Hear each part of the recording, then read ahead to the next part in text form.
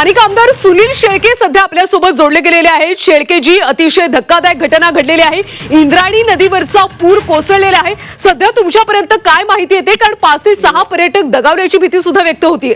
त्या ठिकाणी 5 ते 6 जण दगावल्याची माहिती अजून तरी अधिकृत नाहीये, परंतु तिथे जे स्थानिक शेतकरी सांगतायत ती माहिती मला फोनवरूनच कळाली आहे। मी 10 मिनिटांमध्ये त्या घटनास्थळी पोहोचतोय, परंतु आता जी मला माहिती मिळते त्यामध्ये एकच व्यक्ती दगावल्याची माहिती अधिकृत मला पोलीस प्राथमिक स्वरूपामध्ये मला आता पोलीस विभागाकडून मिळाली आहे। तिथे पोलीस प्रशासन आहे, एनडीआरएफची टीम पोहोचतीये, तळेगाव आणि देवरोड कॅन्टोन्मेंट आणि नगर परिषद टीम या ठिकाणी पोहोचतीये। अँब्युलन्स आहेत, अडकलेल्यांना बाहेर काढण्यामध्ये देखील आता यश येते। काही जणांनी त्या पुलावरचे 2 व्हीलर घेऊन गेले, तो खरं तर पादचारी मार्ग आहे आणि त्यामुळे त्या पुलाची दुर्घटना घडलेली। शेळकेजी, खरं तर हा पूल जीर्ण होता अशी माहिती मिळते आणि गेल्या काही वर्षांपासून याच्याबद्दल तक्रारी सुद्धा होत्या का?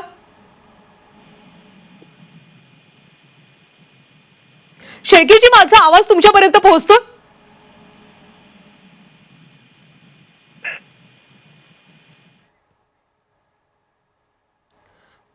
तर काही तांत्रिक कारणामुळे आपला संपर्क तुटलेला आहे। मात्र अतिशय महत्त्वाची बातमी सध्या आपण पाहतोय, इंद्रायणी नदीवरचा पूल कोसळलेला आहे। कुंडमळ्याजवळ ही घटना घडली। खरं तर कुंडमळ्याजवळ वर्षा विहारासाठी पर्यटक येत असतात आणि याच वेळी हा पूल कोसळलेला आहे।